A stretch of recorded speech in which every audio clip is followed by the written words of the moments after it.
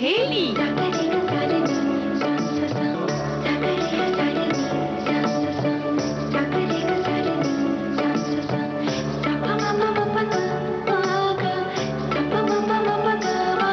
सखी सहेली।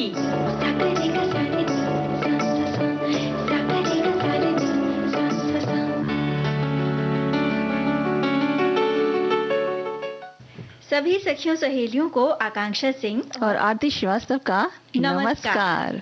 आरती, समय नष्ट नहीं करेंगे, जल्दी से बता देते हैं कि आज हमारे पिटारे में क्या क्या है। बिल्कुल, आज हम लेकर आए हैं जो बहुत ज्यादा प्रयोग होता है आजकल, इंटरनेट यानी कि साइबर सुरक्षा के बारे में कुछ जानकारी जो बेहद जरूरी है आजकल के सिनेरियो को देखते हुए, मतलब जो माहौल चल रहा है। साथ ही साथ चूंकि है मंगलवार का दिन, तो करियर की बातें होंगी और बातें होंगी क्रिमिनोलॉजी में हम किस तरह से करियर कर सकते हैं उसके बारे में जी। और हम लेकर आएंगे मेहुली घोष को खेल सखी के अंतर्गत। और आज एक खास दिन है, आज है प्रसार भारती का स्थापना दिवस, 23 नवंबर। प्रसार भारती जो आज के समय में सामाजिक मुद्दों को उठाने, लोगों के लाभ के लिए बनी सरकारी योजनाओं से लोगों को अवगत कराने और देश की धड़कन को पहचानने में एक अग्रणी भूमिका निभाता है। और इसकी स्थापना हुई थी 23 नवंबर साल 1997 में। देश के सार्वजनिक सेवा प्रसारक के रूप में इसकी स्थापना हुई थी और ऑल इंडिया रेडियो यानी आकाशवाणी और दूरदर्शन प्रसार भारती के दो महत्वपूर्ण भाग बने जी। और इनका उद्देश्य है लोगों को सूचित करना, क्योंकि ऐसी जगहें जहां सूचना के साधन की कमी थी, या कह सकते हैं उतनी अधिक सुविधाएं जहां तक नहीं पहुंची, वहां भी रेडियो की पहुंच ने लोगों को आवश्यक बातों की सूचना पहुंचाने का काम सरल कर दिया और साथ ही लोगों को मनोरंजन का एक बेहतरीन साधन भी उपलब्ध कराया। प्रसार भारती का काम लोक प्रसारण सेवाओं को संगठित और संचालित करना और रेडियो और टेलीविजन पर प्रसारण का संतुलन और उसका विकास सुनिश्चित करना है। बिल्कुल, और साथ ही साथ आम जनता तक जरूरी सूचनाएं पहुंचाना, शिक्षा और मनोरंजन का प्रसारण करने के साथ साथ, जैसा कि आपने बताया कि जो टेलीविजन और रेडियो पर जो प्रसारण होता है उसको संतुलित करना। और प्रसार भारती के उद्देश्यों की चर्चा करें तो उसके जो मुख्य उद्देश्य हैं वो देश की एकता और अखंडता तथा संविधान में बताए गए लोकतंत्र के मूल्यों को बनाए रखना, साथ ही सार्वजनिक हित के सभी मामलों की सत्य और निष्पक्ष जानकारी उचित और संतुलित रूप में जनता तक पहुंचाना, शिक्षा और साक्षरता के महत्व का प्रचार प्रसार करना और विभिन्न भारतीय संस्कृतियों और भाषाओं के पर्याप्त समाचार प्रसारित करना। जी। और इसके अलावा स्पर्धा बढ़ाने के लिए खेलकूद के समाचारों को भी पर्याप्त स्थान देना और महिलाओं की वास्तविक स्थिति तथा समस्याओं को उजागर करना और इसके साथ युवा वर्ग की आवश्यकताओं पर ध्यान देना और सामाजिक बुराइयों का विरोध करना और सामाजिक न्याय को प्रोत्साहित करना और साथ ही साथ श्रमिकों के अधिकारों के बारे में अवगत कराना और बच्चों के अधिकारों की रक्षा करना। तो एक तरह से देखें तो ज्ञान का प्रचार प्रसार करने के साथ साथ मनोरंजन करना भी मुख्य उद्देश्य है। जी।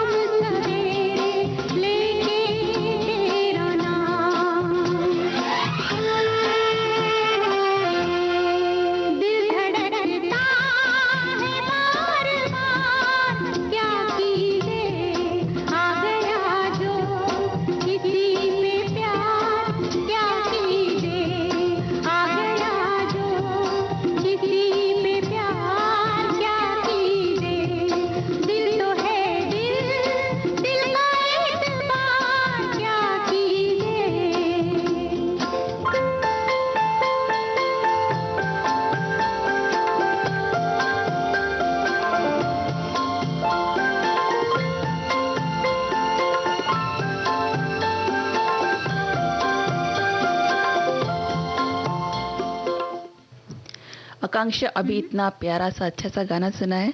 अब ले लेते हैं मेहुली घोष के बारे में जानकारी देने की बात। बिल्कुल, जो शूटर हैं। और मेहुली घोष का जन्म हुआ कोलकाता से करीब 30 किलोमीटर की दूरी पर स्थित एक छोटे से शहर बैद्यवती में 20 नवंबर वर्ष 2000 में जन्मी। मेहुली घोष ने दुनिया भर में अंतर्राष्ट्रीय जूनियर शूटिंग चैंपियनशिप में भारत का प्रतिनिधित्व किया और साथ ही 130 प्रतियोगियों में, और वो चेक गणराज्य में आयोजित 2018 जूनियर शूटिंग प्रतियोगिता के फाइनल में पहुंचने वाली एकमात्र भारतीय निशानेबाज प्रतियोगी थी। बिल्कुल, और जब मेहुली सिर्फ 12 वर्ष की थी तब उन्होंने खेल के प्रति अपनी रुचि दिखाई, लेकिन उनके माता पिता की आर्थिक स्थिति बहुत अच्छी नहीं थी। फिर भी उनके पिता ने इस खेल के प्रति उनके रुझान को देखते हुए कुछ पैसे बचाए और मेहुली को सेरामपुर राइफल क्लब में दाखिला दिला दिया। माता पिता का मजबूत साथ हमेशा मेहुली के साथ रहा, जिससे उनका आत्मविश्वास बढ़ता गया। मेहुली ने घर से लगभग 40 किलोमीटर दूर कोलकाता में पूर्व ओलंपियन जॉयदीप कर्माकर की शूटिंग अकादमी में दाखिला ले लिया, जहां पर अभ्यास के लिए जाने के लिए मेहुली को प्रतिदिन लगभग 4 घंटे का सफर तय करना पड़ता था। बिल्कुल, और 17 साल की उम्र में मेहुली घोष ने गोल्ड कोस्ट में राष्ट्रमंडल खेलों में पदार्पण किया और वर्ष 2016 में नेशनल में उन्होंने 2 पदक जीतने के बाद कड़ी मेहनत का उनके जो फल था वो उनको मिला। और फिर वर्ष 2017 आया जब मेहुली ने राष्ट्रीय निशानेबाजी चैंपियनशिप में 8 पदक जीतकर अपनी प्रतिभा का लोहा मनवाया। उनका पहला अंतर्राष्ट्रीय पदक जापान में आया जब उन्होंने जापान में एशियाई एयरगन चैंपियनशिप के युवा वर्ग में स्वर्ण पदक जीता। बिल्कुल, मेहुली ने अपना शानदार फॉर्म जारी रखते हुए मैक्सिको में ISSF विश्व कप में 10 मीटर एयर राइफल में तीसरा स्थान हासिल किया। इसके साथ साथ मेहुली घोष ने मिश्रित टीम स्पर्धा में दीपक कुमार के साथ जोड़ी बनाकर टूर्नामेंट में दूसरा कांस्य पदक जीता। मेहुली घोष मार्च साल 2018 में मैक्सिको में ISSF विश्व कप में 2 पदक जीतने वाली भारत की सबसे कम उम्र की प्रतियोगिताओं में से एक बन गई। साथ ही मेहुली ने जूनियर वर्ल्ड रिकॉर्ड भी बनाया। जी, और मेहुली घोष का शानदार खेल प्रदर्शन यही नहीं रुका, बल्कि वर्ष 2019 उनके लिए एक स्वर्णिम सफलता लेकर आया और मेहुली ने नेपाल में दक्षिण एशियाई खेलों में स्वर्ण पदक जीता। मेहुली घोष ने अपने शानदार खेल प्रदर्शन के बलबूते वर्ष 2020 में स्पोर्ट्स स्टार SS अवार्ड्स में female young athlete of the year का खिताब अपने नाम किया। क्या बात है। तो आगे के लिए भी मेहुली घोष को शुभकामनाएं देती हैं कि वो इसी तरह दमदार परफॉर्मेंस देती रहे और देश के लिए खेलती रहे। और आरती, जब सफलता मिलती है किसी भी क्षेत्र में तो वो यूं ही नहीं मिलती, उसके पीछे कड़ी मेहनत होती है। कड़ी मेहनत और साथ में और लोगों का भी सपोर्ट शामिल रहता है। होते हैं उनका साथ भी जरूरी होता है। एक गीत सुन ले। बिल्कुल।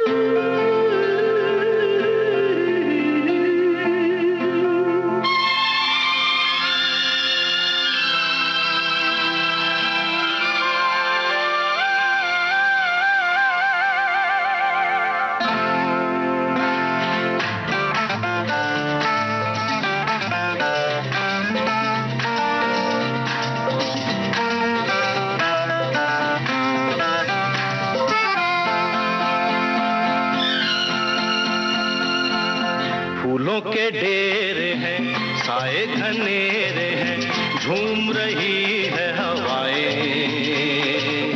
ऐसे नजारों में, खिलती बहारों में प्यार मिले तो रुक जाए। फूलों के ढेर हैं, साए घनेरे हैं, झूम रही है हवाएं। ऐसे नजारों में, खिलती बहारों में प्यार मिले तो रुक जाए।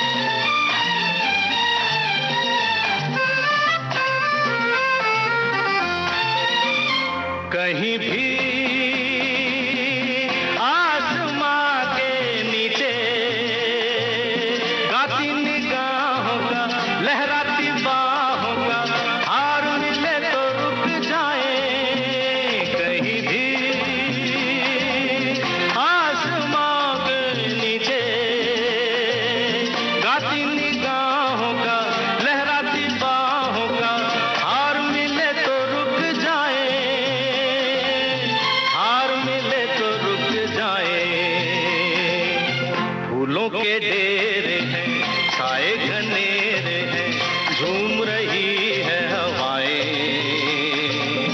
ऐसे नजारों में, खिलती बहारों में, प्यार मिले तो रुक जाए।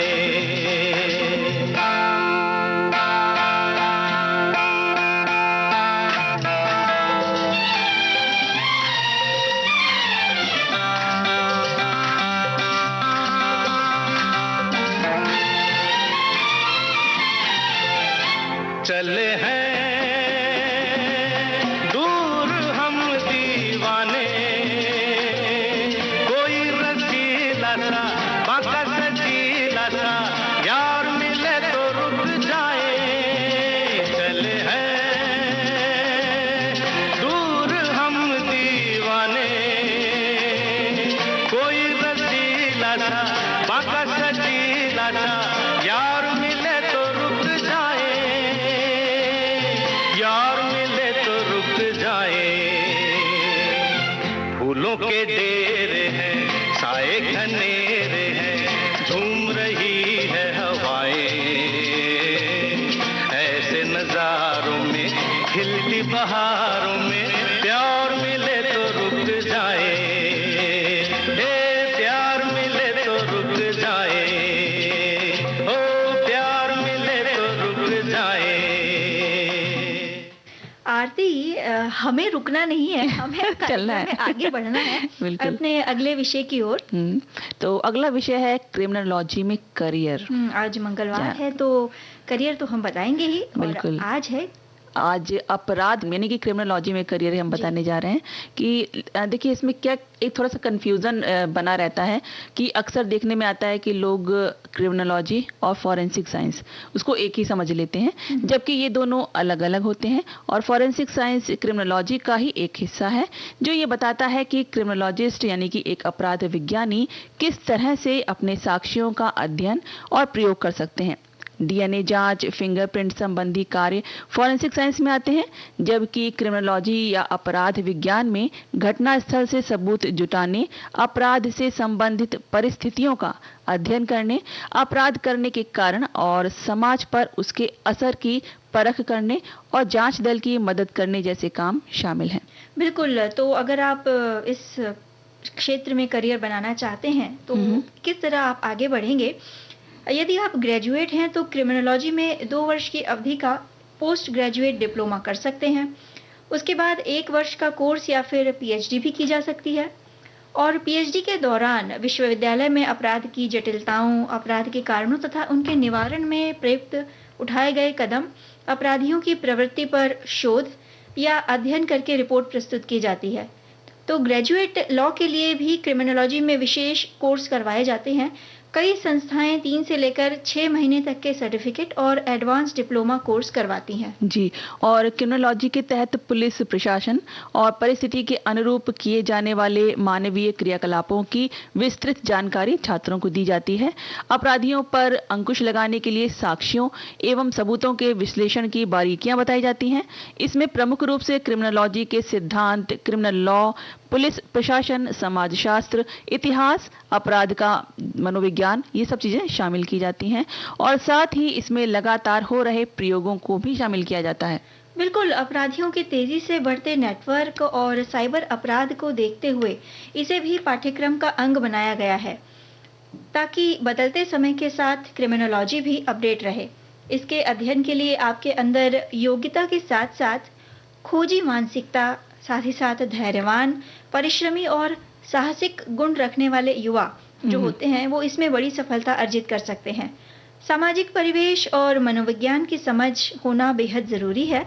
इसके अलावा चुनौतियों से जूझने का जो एक जज्बा होता है ना आरती, वो भी होना चाहिए। इसमें अपराध और उससे बचाव के तौर तरीकों के बारे में विस्तार से बताया जाता है इस पाठ्यक्रम में। और इसका कार्य क्षेत्र अपराधियों की कार्यपद्धति के आधार पर बढ़ता जाता है। बिल्कुल।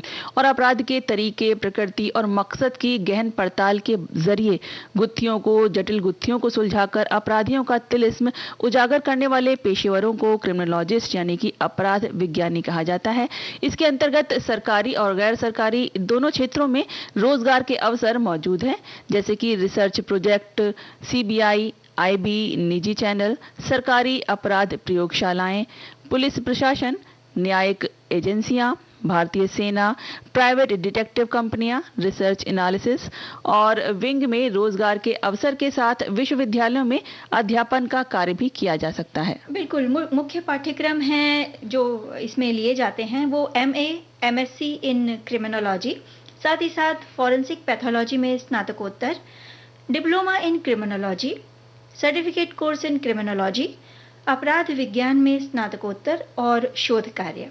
और जो प्रमुख संस्थान हैं क्रिमिनोलॉजी का अध्ययन करने के लिए, ये national institute of criminology and forensic science जो नई दिल्ली में स्थित है, इसमें भी दाखिला लिया जा सकता है। या इसके अलावा अगर हम इंटरनेट पर सर्च करें तो अन्य संस्थानों के बारे में भी हम जानकारी प्राप्त कर सकते हैं। बिल्कुल, और इस तरह से आप इसका अध्ययन करिए। हाँ, ये एक बेहद विस्तृत क्षेत्र है जी। कई चीजें होती हैं। एक तो अगर आप कहते हैं ना, अगर आप साहसिक हैं, अगर आपको पसंद है साहसिक कारनामे करने या उसमें आगे बढ़ना और खोजी मानसिकता रखते हैं, आप खोजी प्रवृत्ति रखते हैं कि ये कैसे हो गया, तो इस क्षेत्र में आपके लिए काफी बहुत अच्छी गहनता सब चीजें आप परखते हैं, लोगों को जांचते परखते हैं, तो इसमें आपका काम आ सकता है ये। बिल्कुल। और हम आगे बढ़े कार्यक्रम में, उसके पहले गीत सुन लेते हैं। गीत तो जरूरी है।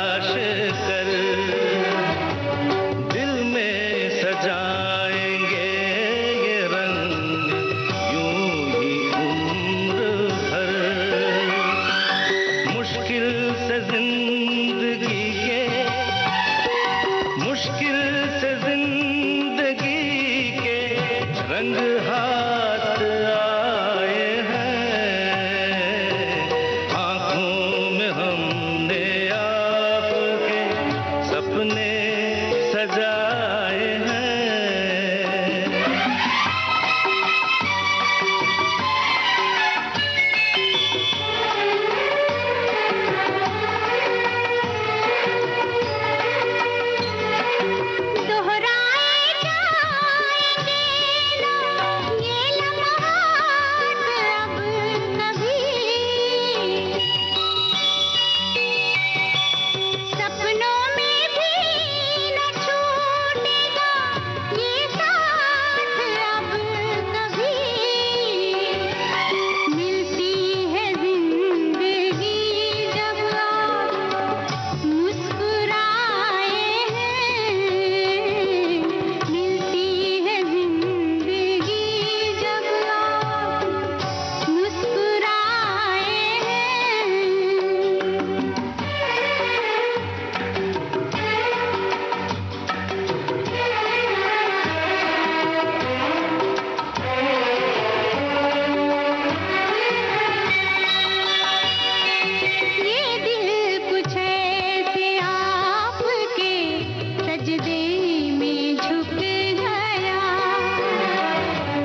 नजरें उठाई आपने तो वक्त रुक गया।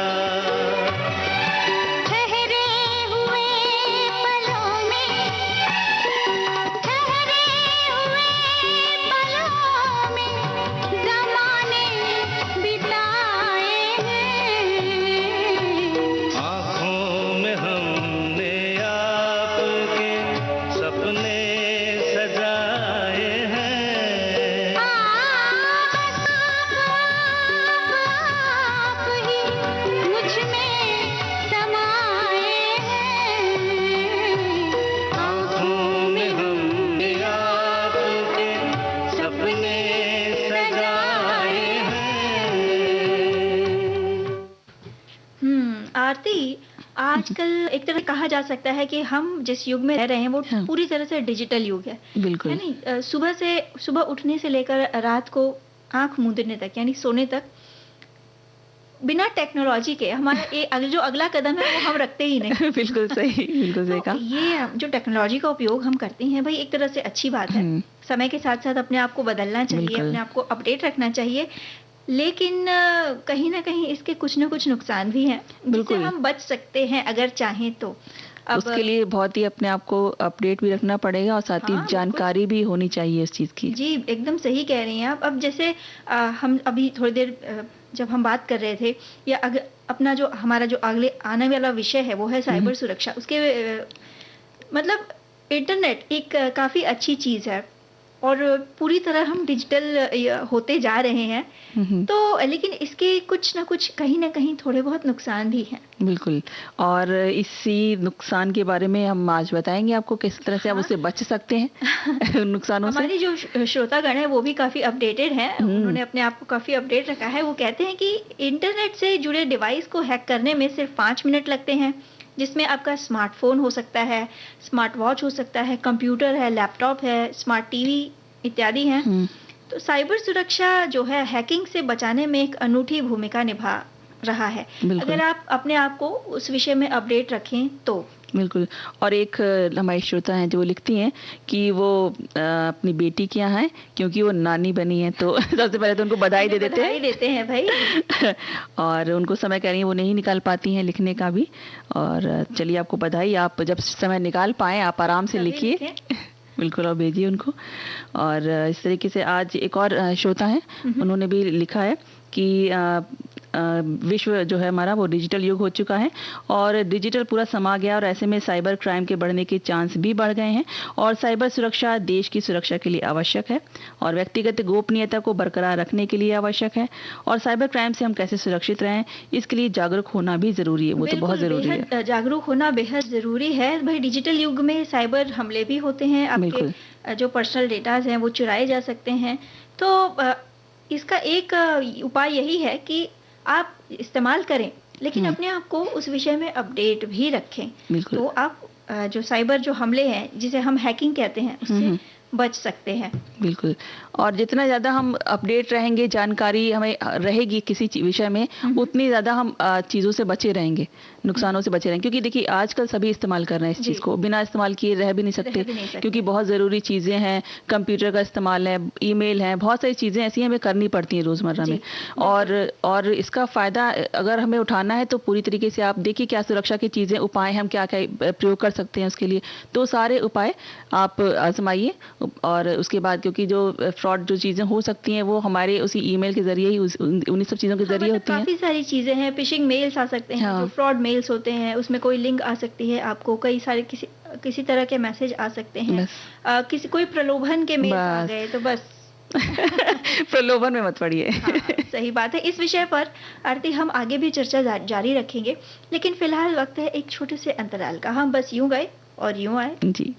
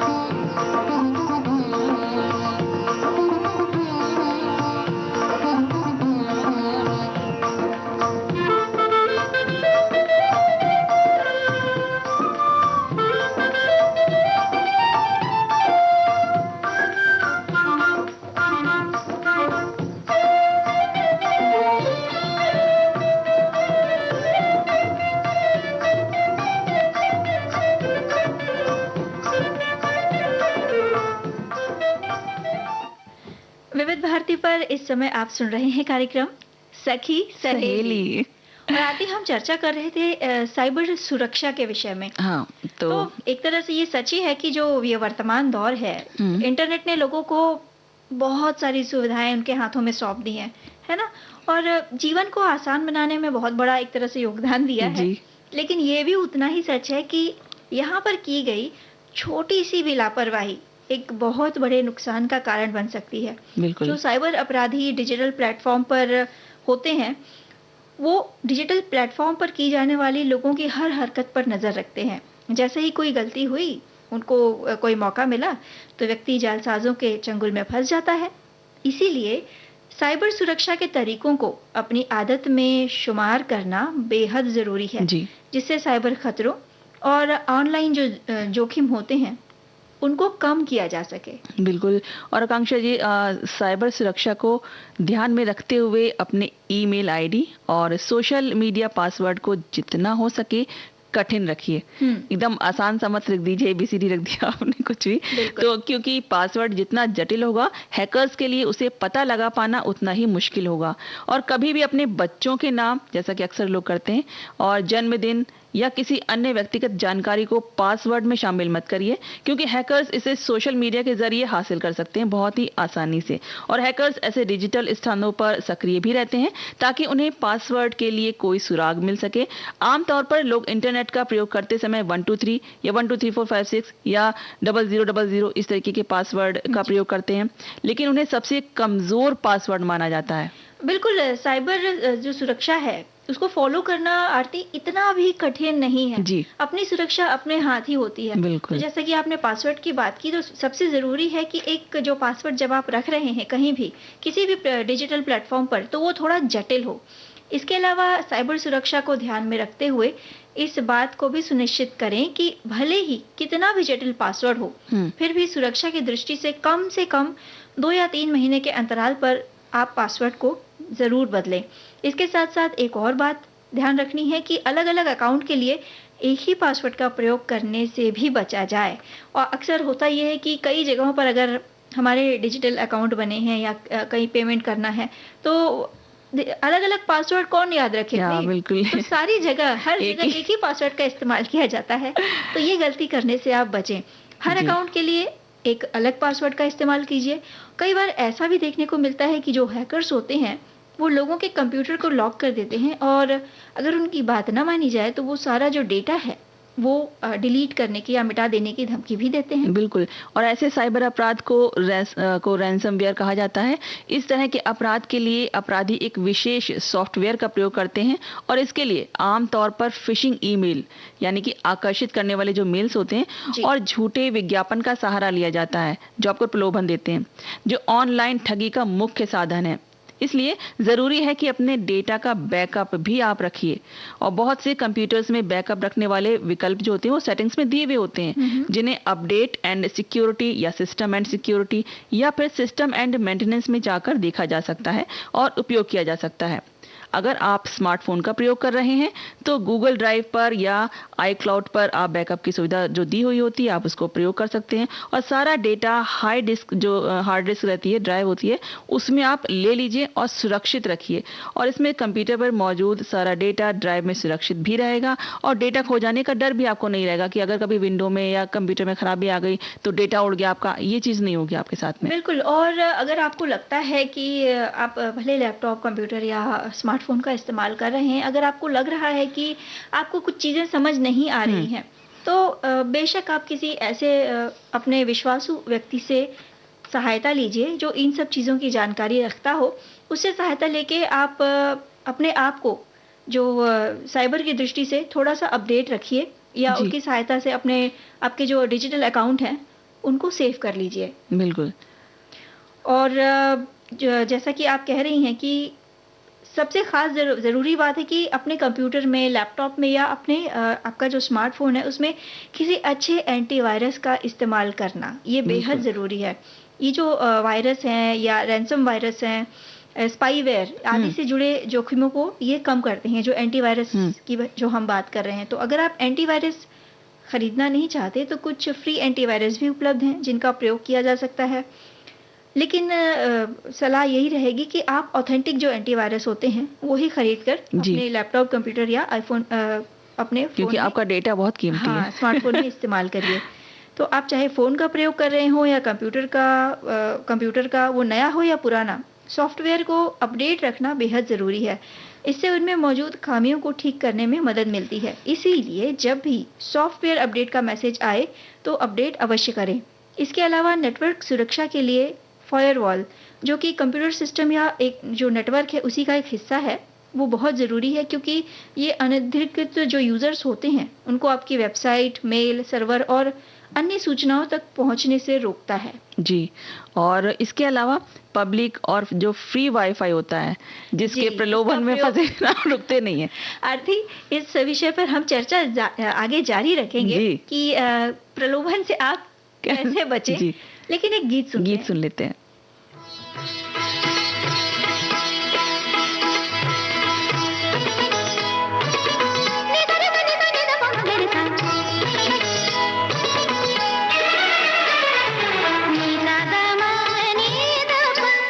पिया बावरी, पिया बावरी, पिया बावरी, पिया बावरी, पी कहाँ पिया पिया बोले रे, पिया बावरी, पिया बावरी, पिया बावरी।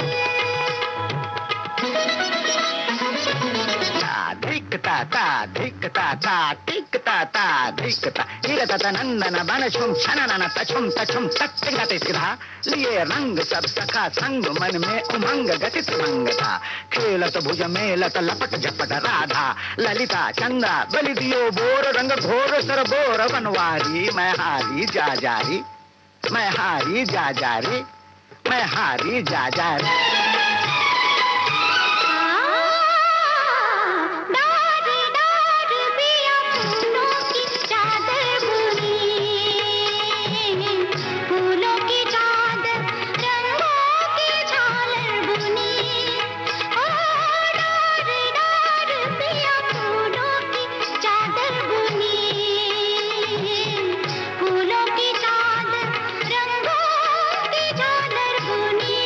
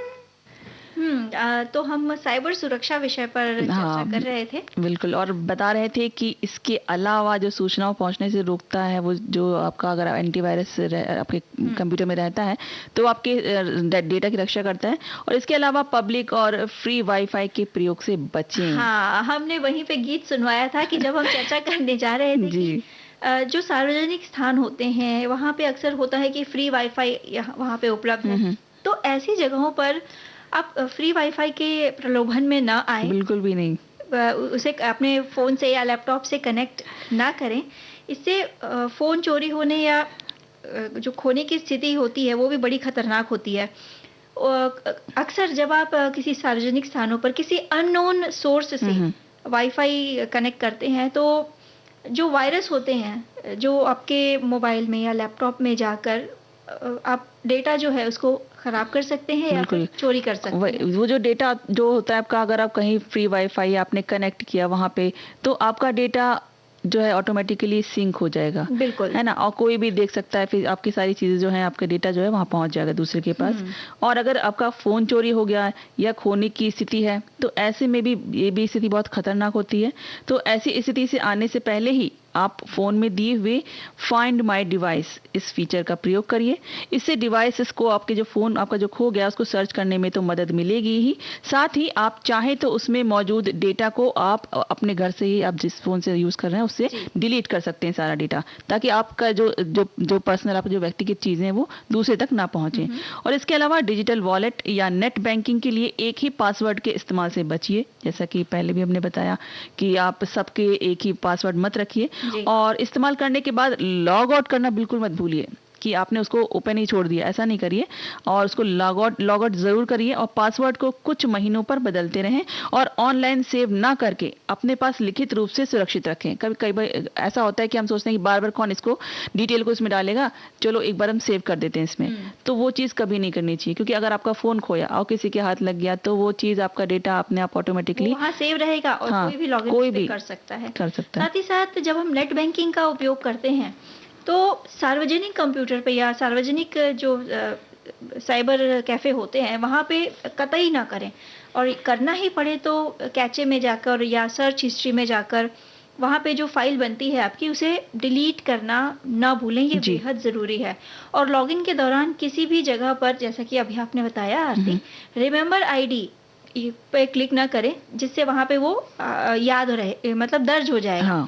तो इस विकल्प पर आप क्लिक ना करें। अपनी लॉगिन आईडी और पासवर्ड बैंक के आधिकारिक लॉगिन पेज पर ही करें।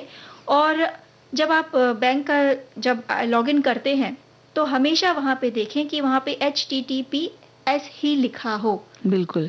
और सोशल मीडिया पर अपनी प्रोफाइल पर व्यक्तिगत जानकारी शेयर मत करिए, जैसा कि आजकल हो गया है कि खाना खाते समय, खाना बनाते समय, पानी पीते समय, कहीं जाते समय, हर चीज आप सोशल मीडिया पे, लेकिन ये चीज शेयर नहीं करें तो आपके लिए ज्यादा अच्छा होगा सुरक्षा की दृष्टि से।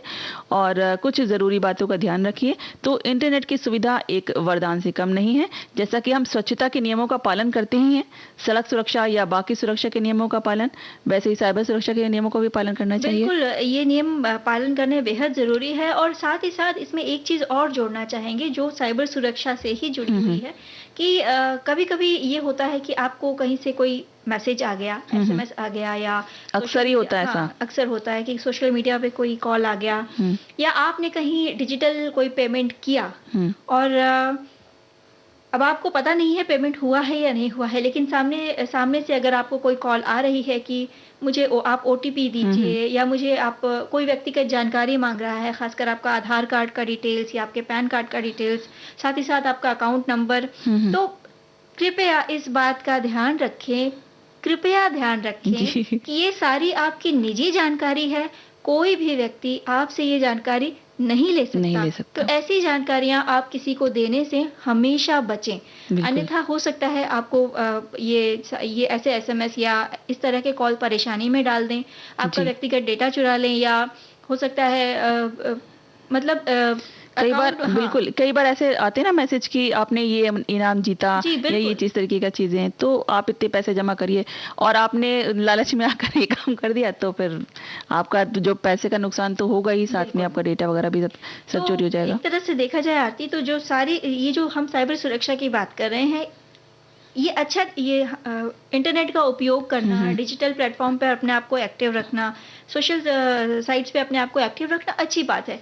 लेकिन कहीं न कहीं आपको थोड़ा-सा एक एक रेखा खींचनी होगी बिल्कुल। कि इसके बाहर नहीं जाना है और अपनी जो निजी निजी जानकारियाँ हैं, व्यक्तिगत जानकारियाँ हैं, वो ये इन जगहों पर आपको नहीं देनी है। बिल्कुल। तो अपनी सुरक्षा आपके अपने बिल्कुल, हाथ क्योंकि है। आप कहीं जा रहे हैं, आपने बता दी लाइव लोकेशन अपनी शेयर कर दी है, तो वो जो भी है उस तक पहुंच गई, हर एक के बिल्कुल, तक अब आप पहुंच गई कहाँ वो। हैं, बिल्कुल, कहाँ तक जा रहे हैं, कहाँ से चले हैं, ये सारी चीज़ें सोशल मीडिया पर जो आपसे जुड़े लोग हैं, सब देख रहे हैं। बिल्कुल। तो ये देखिए, ये बात सोच के काम करिए कि जो हम कर रहे हैं वो सब देख रहे हैं और इसलिए हमें क्या दिखाना है, क्या नहीं, वो हमें सोचना है। बिल्कुल, तो साइबर सुरक्षा जो है, वो एक तरह से आप ही के हाथ में है। बिल्कुल। तो इन छोटी-छोटी चीज़ों का ख़्याल रखिए और गीत का भी ध्यान रखना चाहिए मनोरंजन का भी।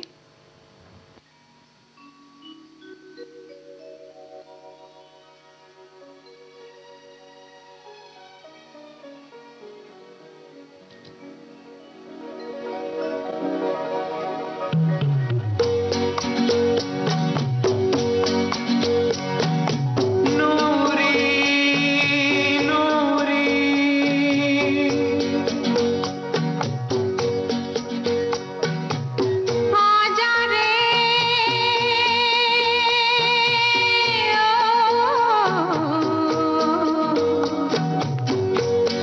दिलबर जानिया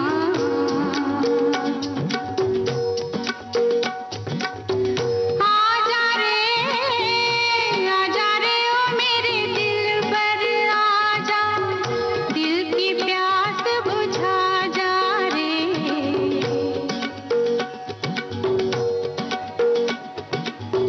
आजा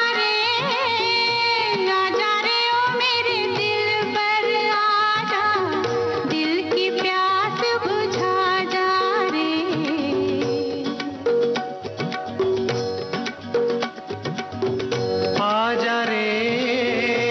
आजा रे ओ मेरे दिलबर आजा दिल की प्यास बुझा जा रे ओ आजा रे ओ नूरी नूरी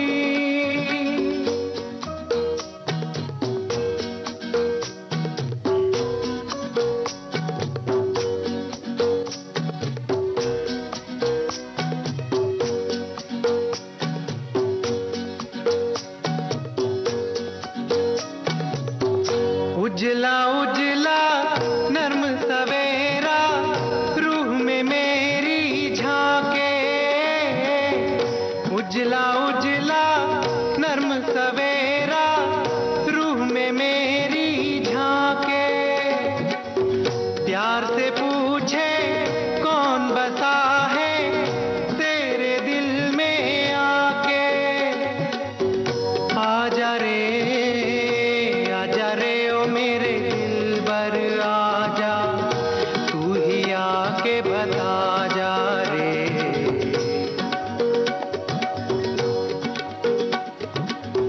आजा रे ओ मेरे दिलबर आजा दिल की प्यास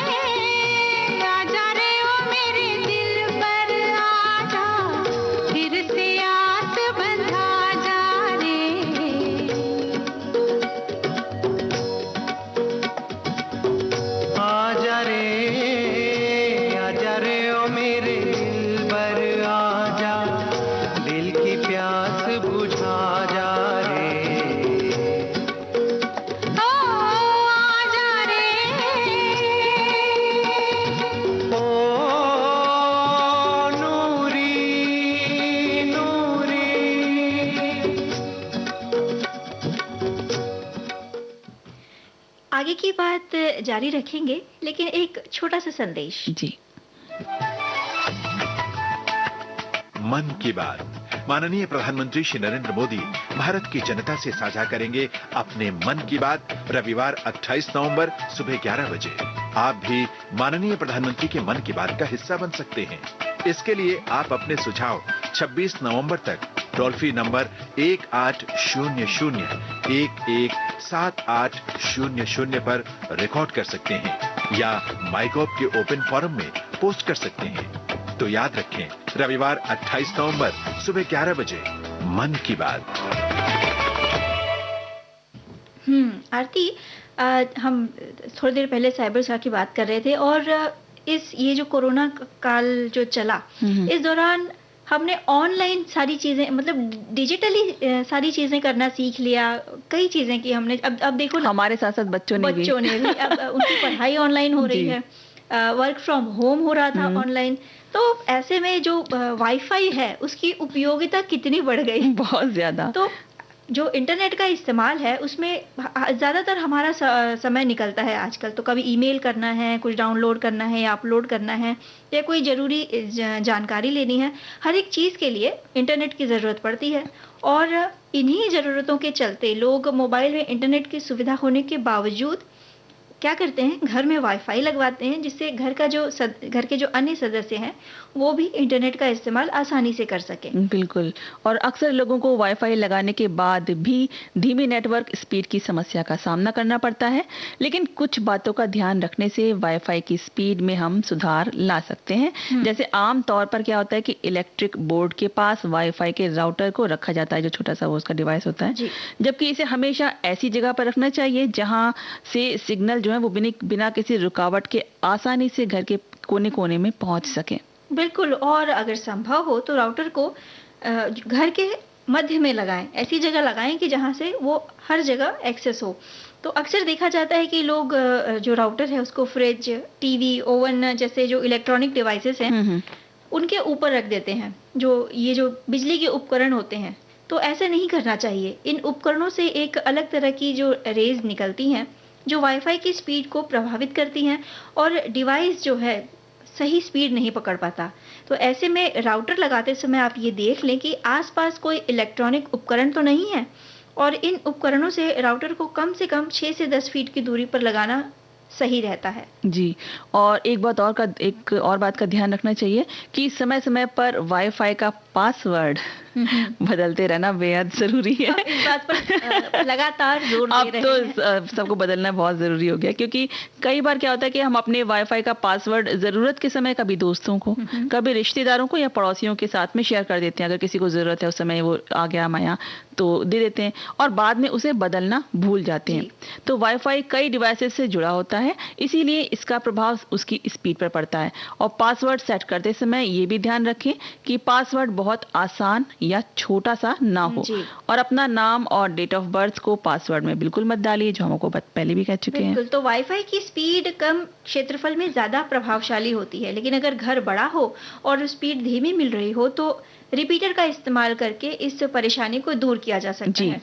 ये जो रिपीटर डिवाइस इंटरनेट के क्षेत्र को बढ़ाता है और इसे बड़ी आसानी से वाईफाई से जोड़ा जा सकता है जी। और ये मार्केट में आसानी से उपलब्ध भी है। बस, और क्योंकि आपके कोने कोने में फिर आसानी से आप इंटरनेट आप उसी स्पीड में पा सकते हैं। बिल्कुल भाई, ये तो समय की जरूरत है जी। उसके साथ तो बिल्कुल समझौता किया ही नहीं जा सकता है जी। तो और अब जरूरत है गीत की।